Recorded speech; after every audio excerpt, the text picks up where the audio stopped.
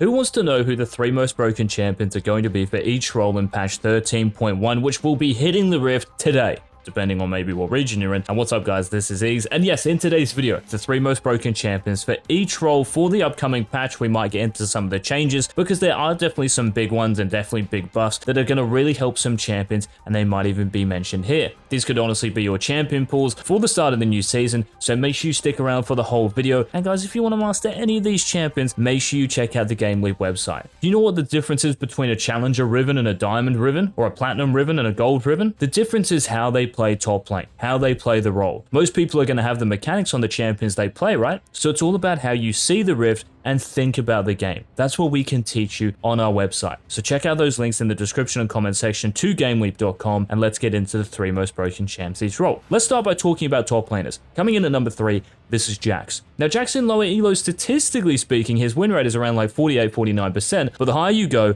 Jax becomes a lot better. Mainly because this champion at the moment doesn't have too many counter picks, honestly, and he's actually just innately strong. Whether it's because of your strong item spikes, so with Divine Sundra, Blade of the Ruined King, and I should probably mention here that because Cassante and Fiora and Aatrox, they're all getting nerfed, someone else has to fill the void here. This is Jax, so he's number 3. Now coming in at number 2 is a champion who's getting some giga buffs in 13.1, this is Jace. So what's happening for Jace, your base attack damage is going up by 3, your damage on your W is going up by 10, your melee version, and the melee Q you have, this is also increasing in terms of its base damage up to 35 at rank 5. So by level 9, your melee Q is going to deal an extra 35 damage. That is one of the most significant buffs I've seen in recent times, and to be honest, just the base AD buff as well is going to make Jace so much stronger during the laning phase. If he wasn't already good, I don't see how you can actually lose lane with these buffs. He will be incredibly overtuned, and I know that Jace is a champion where you do have to play like kind of perfectly, right? If you do make one mistake, you can die. If you get camped and all that, for sure, you are a killable champion. But let's be real, guys, if you see Jace locked in on the enemy team, you're probably going to be mad about it. Now moving on to number 1, a champion who you're probably going to be more mad about being locked in on the enemy team.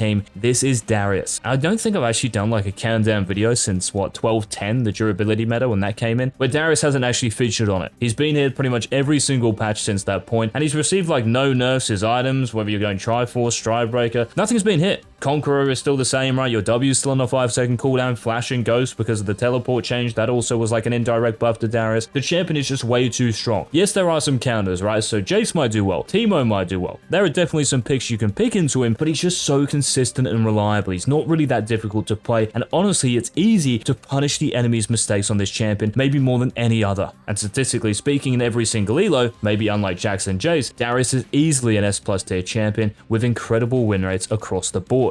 Now moving down to the jungle here, speaking of a champion with an incredible win rate, why don't we talk about Udyr? Now Udyr is getting nerfed, right? Because of Jak'Sho. So Jak'Sho getting nerfed where it's working off your bonus stats. As Udyr, because you'll be rushing a Demonic Embrace, with an R-Max that is, you can still go AD Udyr with Prowler's Claw, but honestly, AP Udyr is probably better with the Demonic Embrace rush. But at the moment, with Demonic Embrace, yes, you're pairing it with Jak'Sho, and because Jak'Sho is now going to work off the resistances you get from your items, you're not really going to benefit from this until the late game. So in the early to mid game, it's kind of just like a pointless item. But honestly, I don't even really care like what mythic you build, because the strength of AP Udyr is being able to clear incredibly quickly, solo the dragon as soon as it spawns, and also just with Demonic Embrace. This power spike is really all you need to take over a game, and I'm sure if you guys have played against an R-Max Udyr, you know how obnoxious it is. Now coming in at number 2, speaking of obnoxious, this is Master Yi. Now I don't know if Master Yi is like actually like giga broken at the moment, but according to the stats, he is. He does well in every single elo. I guess it's because you can choose where to appear out of your Alpha Strike, but on top of this, we also have to think about the jungle change, right? Where the Krugs are just easier to take, and because you can one-shot all the small Krugs that will now spawn with your Alpha Strike, it helps your clear. Also, the jungle at the moment, it's benefiting full clearers because, well, every player is just full clearing. I don't actually think that's the way the game should be played, but hey, that's what most people are doing. So Master Yi, because you can just handshake with the enemy jungler most of the time now, you can full clear pretty happily. And kind of like I mentioned for Jax, right, with Blade of the Ruined King for Master Yi, the DPS you have, it's pretty hard to slow the Wuju Bladesman down.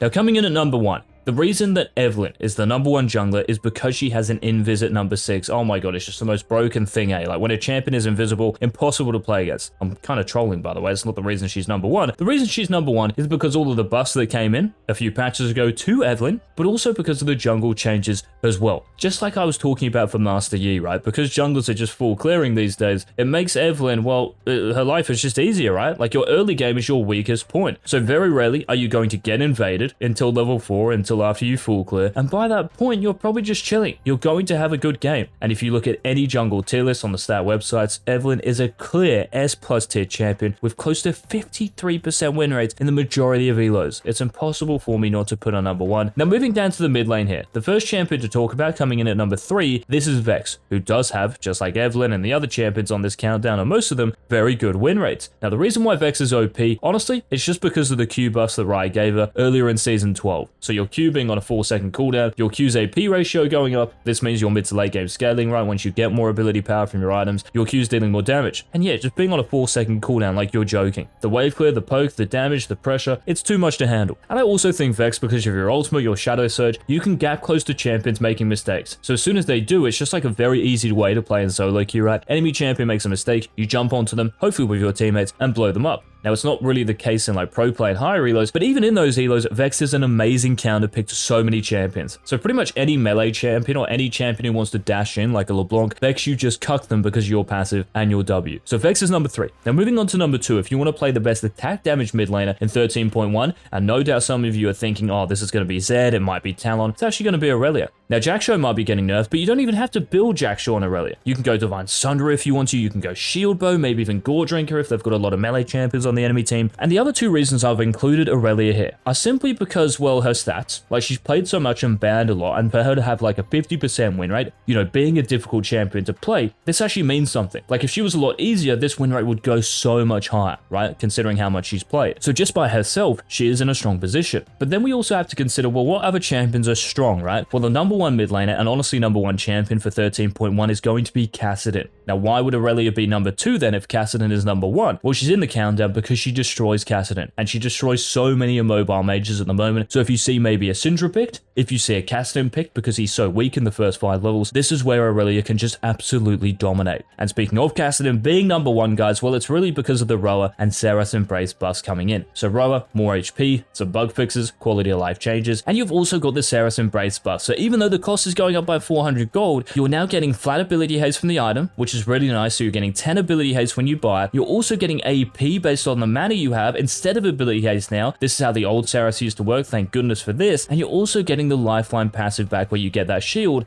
based on your mana. So champions like Kassadin, champions like Ryze, Cassiopeia, these champions are going to be frothing the new Seraph, but none more than Kassadin because he is by far the most broken champion. A bit like Evelynn, who I just mentioned, the bust to Kassadin a few patches ago, they have made him turbo busted. Now moving down to the bot lane, AD carries. Who do you need to pick in the bot lane? Well, coming in at number 3 is Draven. Now, Draven, I think we all know, right, during the laning phase, and he's kind of like Darius and maybe Jace, like if you see a Draven locked in and you're playing against him, you're probably going to have a harder bot lane than against any other champion. But he is hard to pilot, and even if you are good at Draven, the champion does struggle in some lanes. So against Samira, for example, Caitlyn, who's very strong at the moment, right, Draven won't have an easy time of it. He's also very difficult to play. Now, number 2, you probably want to be pairing this champion with one support in particular. So I'm guessing you guys know who I'm talking about. This is Lucian, right? And pairing Lucian with Nami. Now, it does sound like a little bit weird, right? Like he's only on here if you have a Nami. But even if you have a Karma or a Renata or a Lulu, someone who can shield you, right? I know lots of people think you have to play Lucian with like a melee engage support. Well, that used to be the case, but not anymore, right? Ever since they changed his vigilance passive, and also the fact when someone shields you, you're going to be dealing more damage, this means that for Lucian with Enchantress supports, he's actually just a lot better in these synergies rather than playing him with some sort of CC. Of course, you still can, but I'm just saying his win rates are off chops with these supports. So Lucian is number 2, but be very careful about just blind picking him because you have Draven, who does absolutely destroy you. So maybe ban Draven and try to pick Lucian. Now, coming in at number 1, I actually mentioned this champion because she counters Draven very nicely. This is Caitlyn, the number 1 AD carry. So Caitlyn is honestly here because she's unbeatable in lane. Now, of course, that is a generalization. Not every Kate is going to hard stomp lane, right? But from like an objective standpoint, there isn't really a reason why you should run it down as Caitlyn, and you've got all the control in the world in the bot lane, or you should have, because you should always have priority. Your lethal tempo stacking, I mean, you can go fleet in some matchups if they have a lot of poke, right? But most of the time, you'll be going lethal tempo, and when you pair Caitlyn with something like a Karma, like a Lux, these lanes are just very difficult to play against for any AD carry. Because she has the most range in the game at anyone, it's really difficult to punish good Caitlyn players, and I'm sure in 13.1 in the pro scene, we will see Caitlyn picked and banned every single game. So she's number 1. Now the last role, guys, to consider for 13.1, of course, this is the support role, and if you are enjoying this video and enjoying our recent content, please leave a like down below and make sure you hit that subscribe button. Coming in at number 3, we have Janna. I know that Janna got nerfed, right, like 4 times in one patch towards the end of season 12, but I'm just looking at the stats here. She has like a 53% win rate still in every single elo, so maybe the champion is a little worse, but I have to put her on here. And it's kind of annoying because she's like Darius, I guess, the bot lane. She's been here for so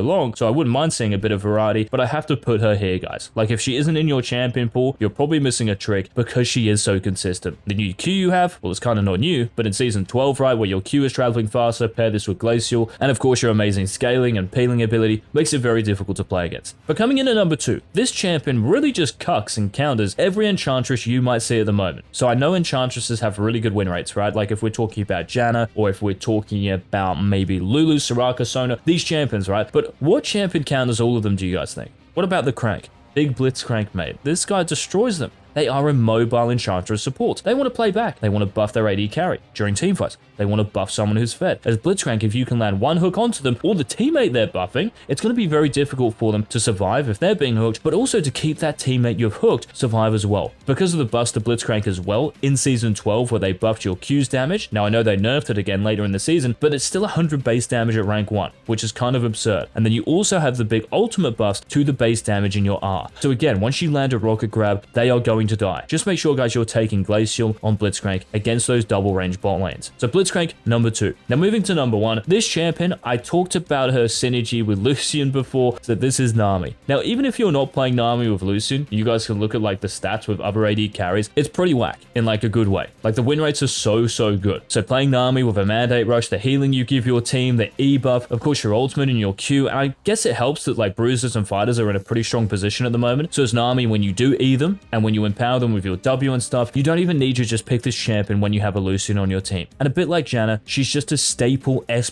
tier support across like every single elo. So I have to put her at number 1. If I don't, I'm probably trolling myself. So guys, those were the 3 most broken champions for each role for 13.1. Any questions, any thoughts, leave them in the comment section. And until our next season 13 upload, this has been it. Peace.